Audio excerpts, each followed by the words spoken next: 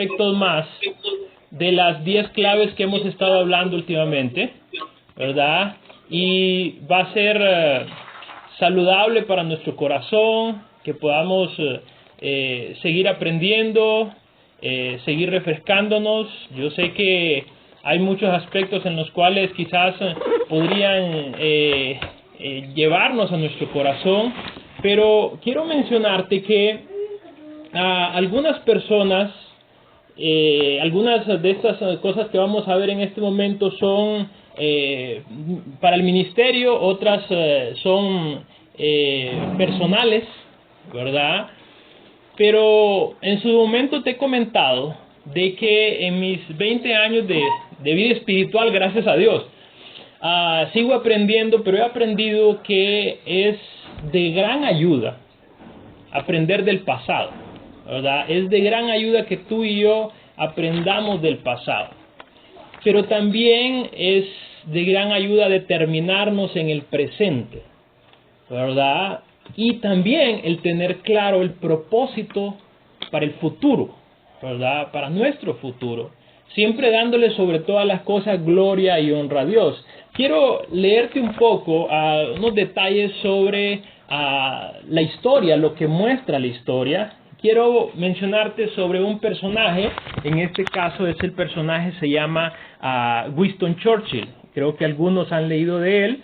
Fue un político británico, fue un primer ministro y tuvo mucha influencia en la Segunda Guerra Mundial.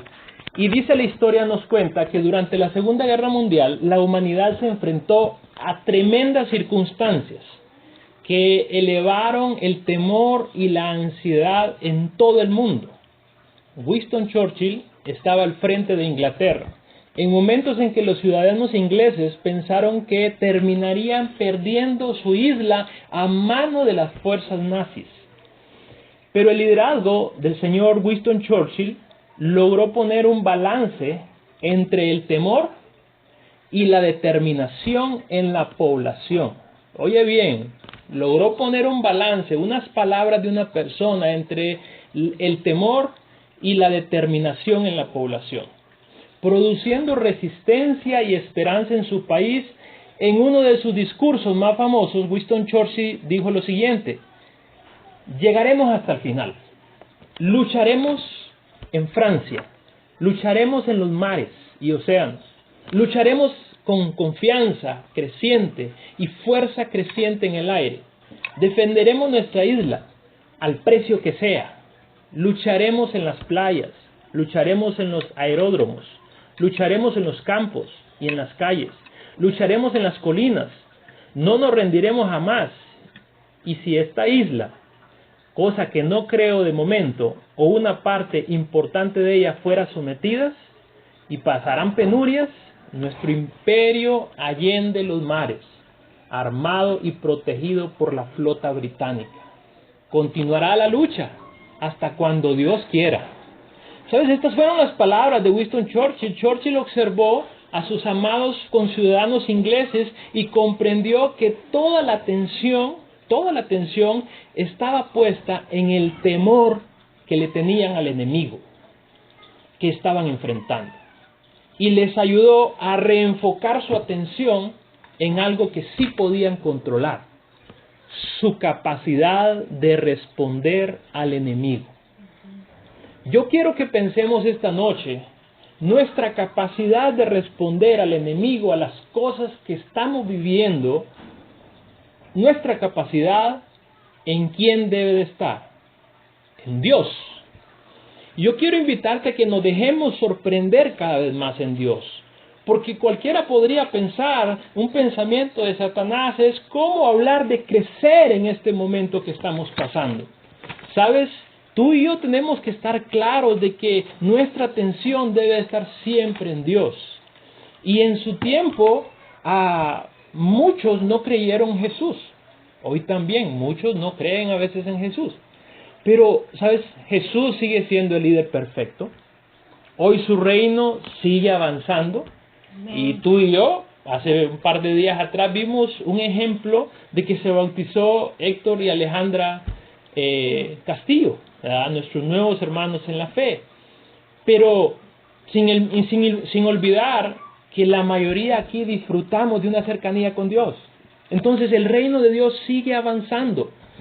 Iglesia, yo quiero que sigamos creciendo y que podamos tú y yo llevar esta reunión, que la podamos llevar a nuestro corazón, estas claves que estamos viendo, que podamos llevarla a nuestro corazón. Por eso quiero invitarte, antes de seguir en la palabra de Dios, que hagamos una breve oración. Por favor, oremos. Padre Celestial, muchas gracias, Señor. Muchas gracias porque sin duda es una bendición que en nuestros hogares podamos cantar. Es una bendición que en nuestros hogares podamos saludar a hermanos a través de este medio. Es una bendición que en nuestros hogares se pueda predicar la palabra de Dios. Es una bendición que su Espíritu Santo vaya a hablar a la vida de cada uno de nosotros. Yo quiero rogarle, Padre, porque sinceramente creo que como cristianos no somos indiferentes al sufrimiento que muchas personas están pasando. Quiero tomarme un par de segundos para decirle que quiero trasladarme, quiero ponerme en esa camilla, en esa silla, en esa posición en la cual quizás muchas personas hoy en día están enfermas por este virus. Quiero suplicarle que usted por favor pueda darle fortaleza. Quiero suplicarle por los familiares que han perdido seres queridos. Quiero suplicarle por aquellas personas que están próximas quizás, no sé si alguno de nosotros quizás a contaminarnos de esto. Pero quiero pedirle por favor que nuestra esperanza esté en usted. Ayúdenos, Dios. Solo usted sabe si nos va a dar más vida en este mundo. Pero nuestra esperanza, si está puesta en usted, vamos a tener vida eterna. Quiero rogarle, Señor, que nos pueda ayudar a tener paz y en este tiempo nos pueda ayudar a ver cosas del futuro. Que no nos dejemos guiar por tantas cosas que el mundo puede proveer, pero sin duda ya su Hijo Jesucristo marca ese camino victorioso. Padre, acompáñenos, Dios, glorifíquese. Gracias por este tiempo. Bendiga a cada uno de mis hermanos y hermanas, Dios, y sobre todas las cosas, ayúdenos a que su Espíritu hable a nuestras vidas y que usted se pueda glorificar. Bendito sea. En Jesús le oro, Dios. Amén. Amén. Quiero invitarte a que me acompañes a la primer clave que vamos a ver, y es aprender a través de los niveles. Y aparece una escritura por ahí que puedes ver, Hechos 17, verso 22.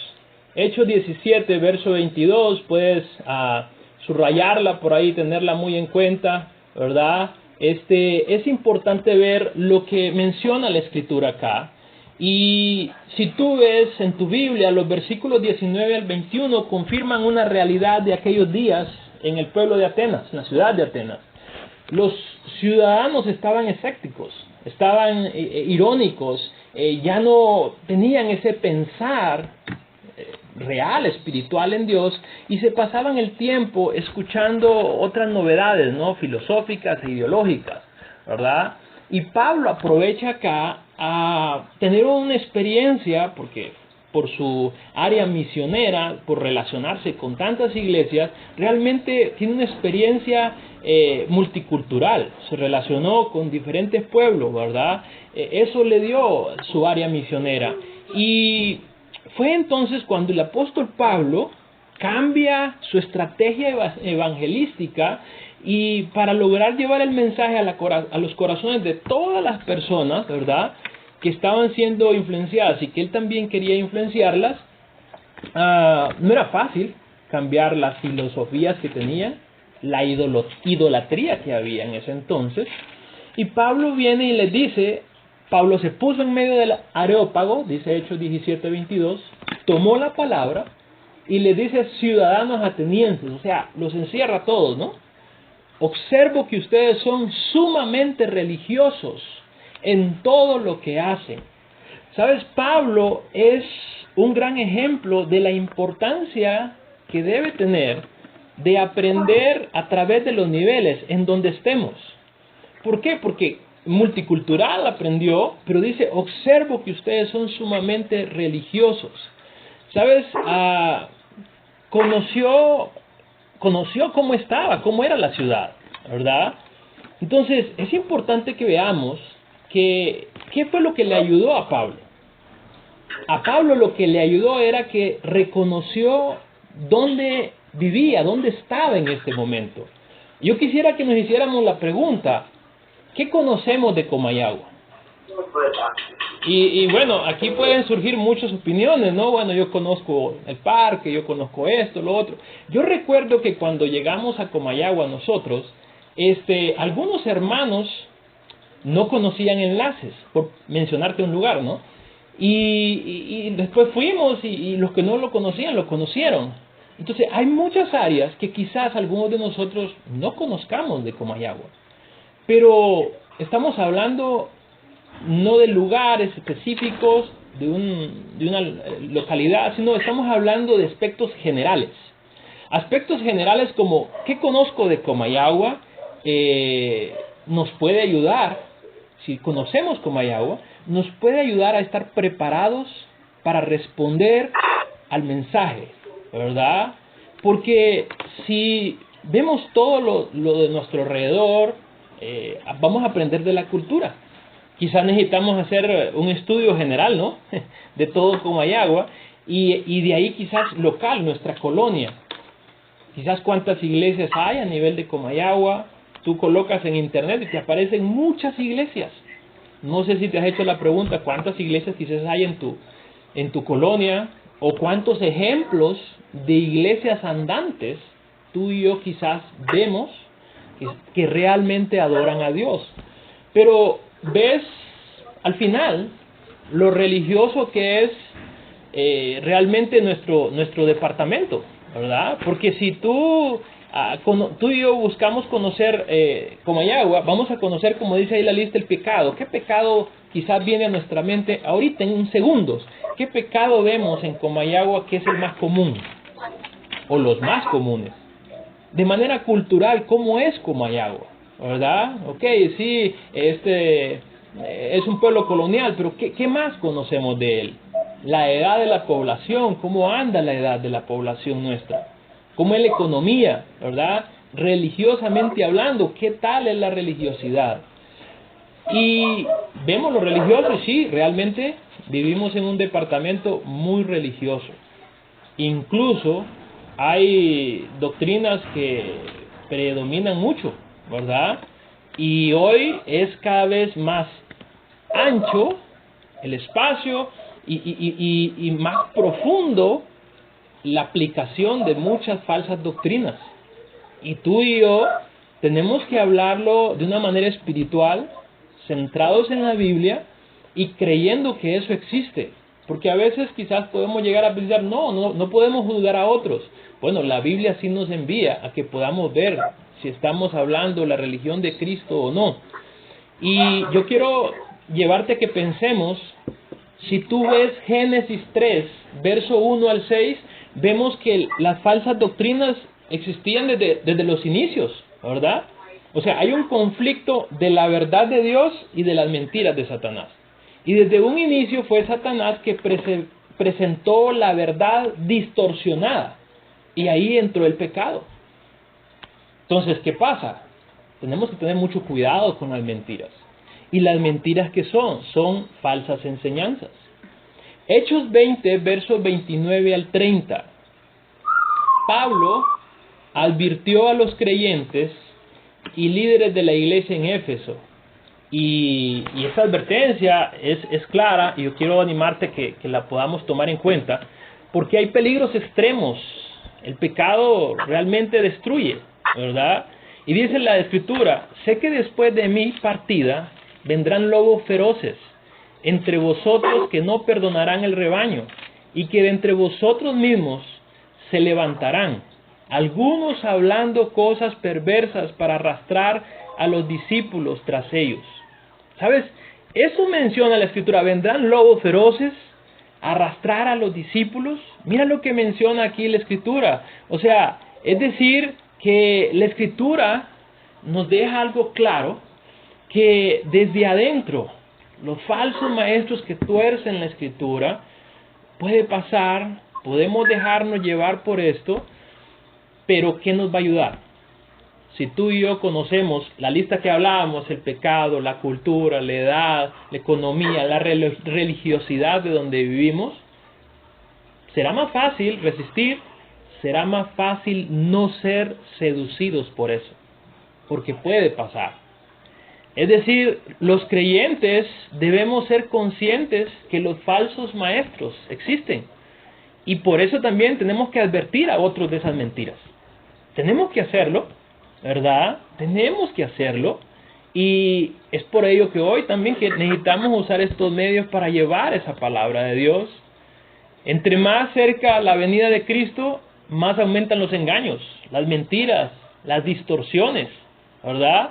Entonces, es importante que veamos esto de la palabra de Dios, que a todo nivel, tú y yo necesitamos estar preparados, disfrutar del llamado que Dios nos ha hecho. Yo quiero animarte que puedas llevarte tu corazón y puedas, si puedes estudiar una escritura en la cual Pablo motiva a Timoteo a que centre su mente en algo.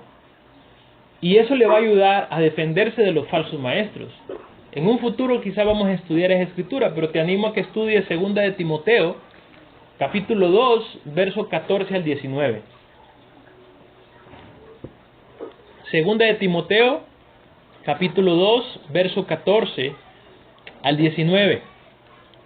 Ahora bien, encontramos también 2 de Pedro, capítulo 2, verso 1. Pedro aquí inicia a describir a los cristianos y les da características y métodos de los falsos maestros, y que así los cristianos podían reconocer los falsos maestros. Entonces es importante que tú y yo leamos mucho la palabra de Dios, ¿verdad? Aprendamos cada vez más de ella. La escritura menciona acá, pero se levantaron falsos profetas entre el pueblo. Estamos leyendo 2 de Pedro 2:1.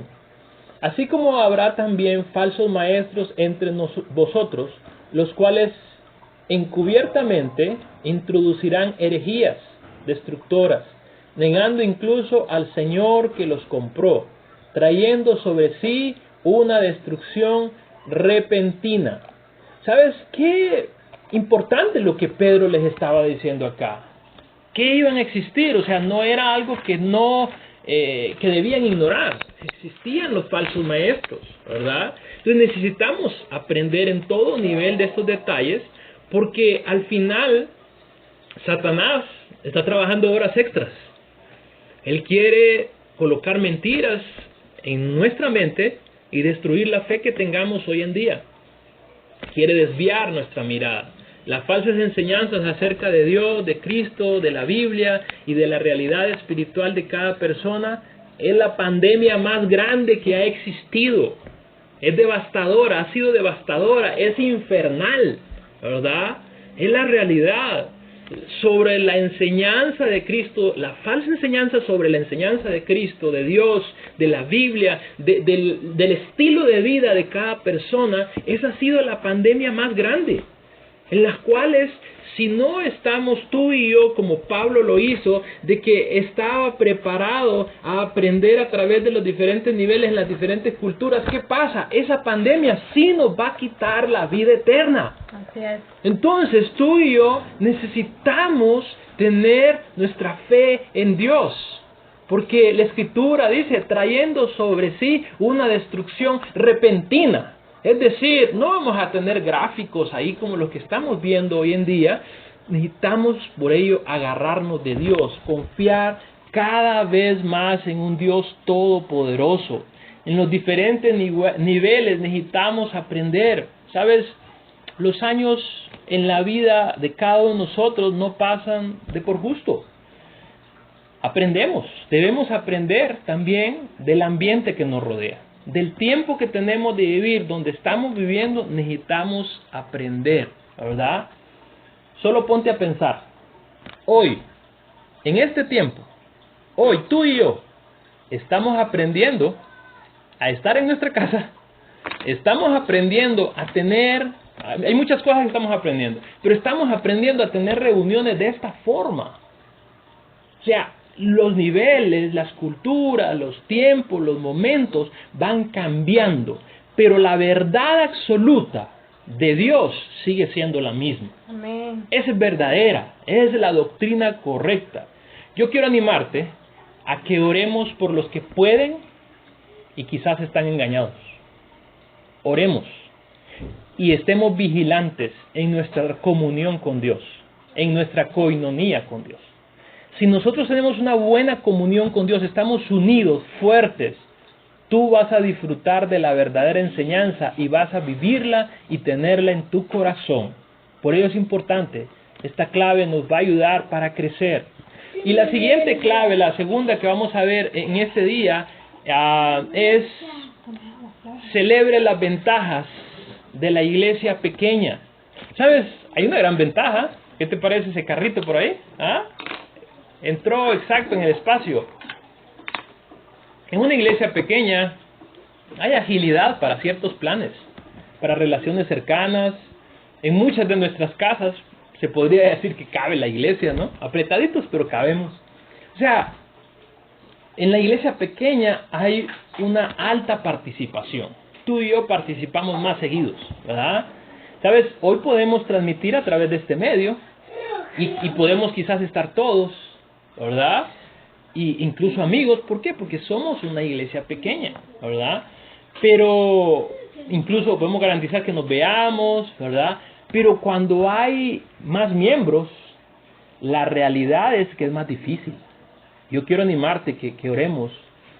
Oremos por nuestras iglesias más grandes, aquí en Honduras, por Tegucigalpa, San Pedro Sula. Oremos por ellos. O sea, no es fácil también para que todos ellos estén conectados, como la mayoría de nosotros hemos estado el domingo y hoy. Pero te animo a que lo sigamos haciendo.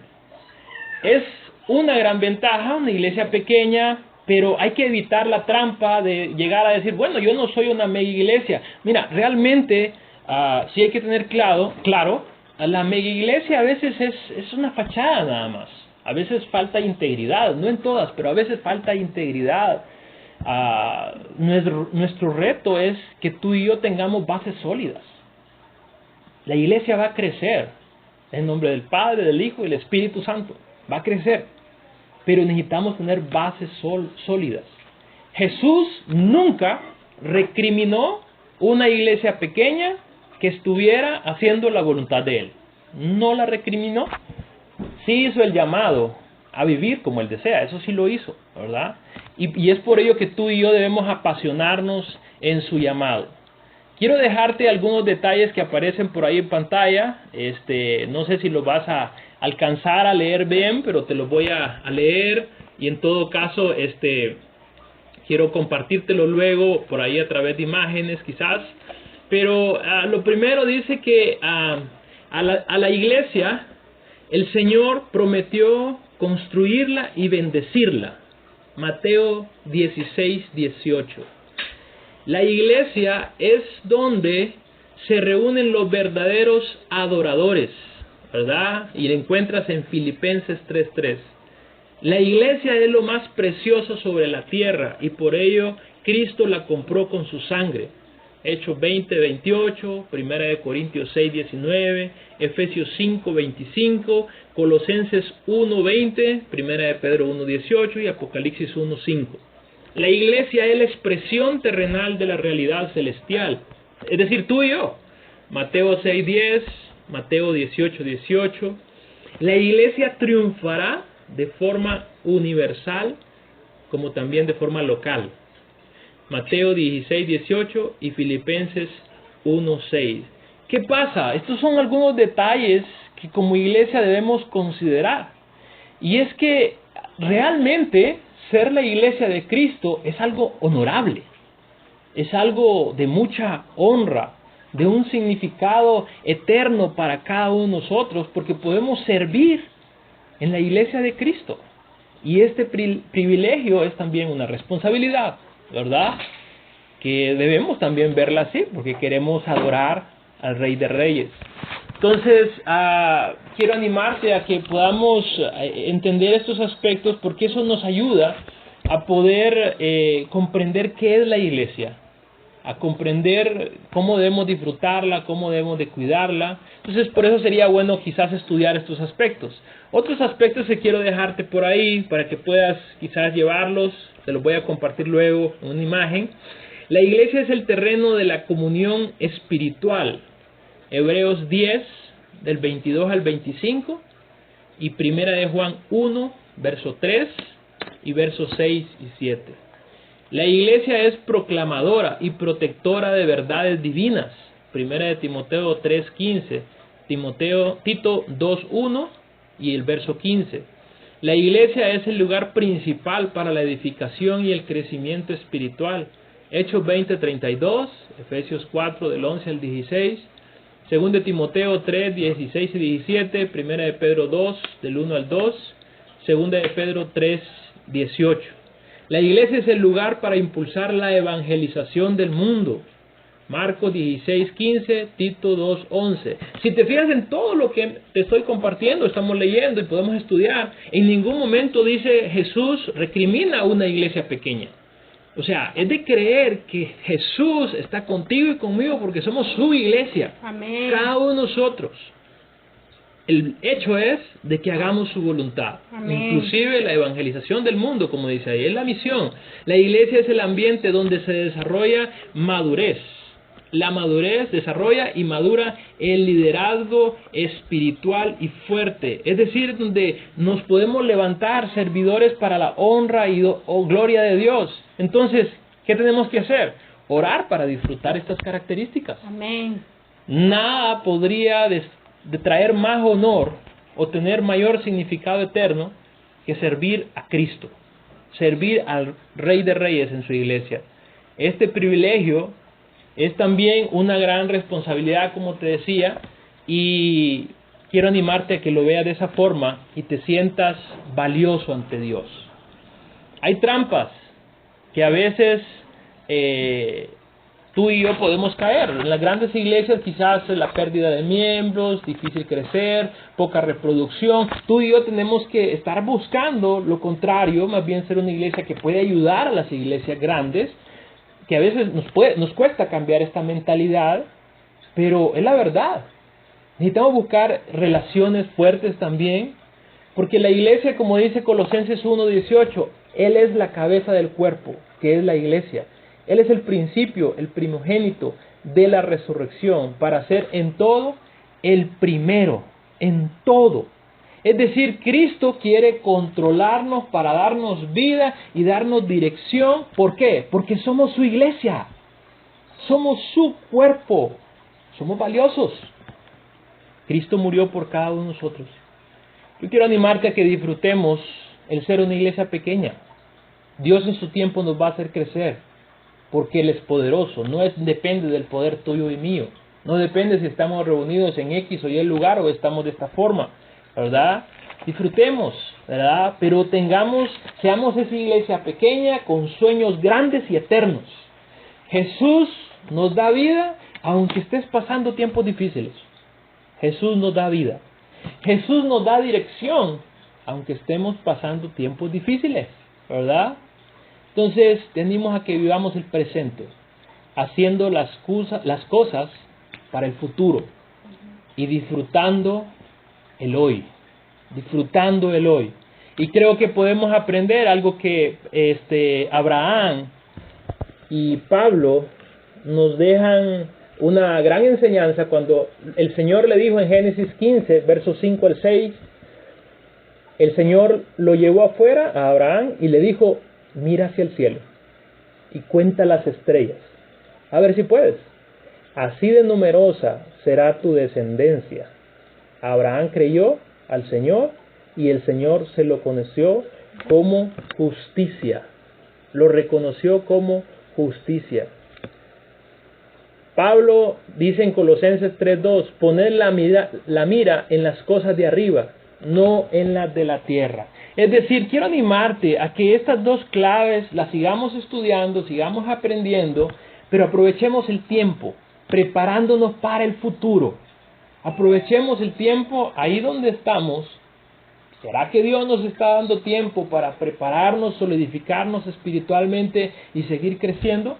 Yo te animo a que lo aprovechemos. Quiero animarte a que lo aprovechemos de todo corazón.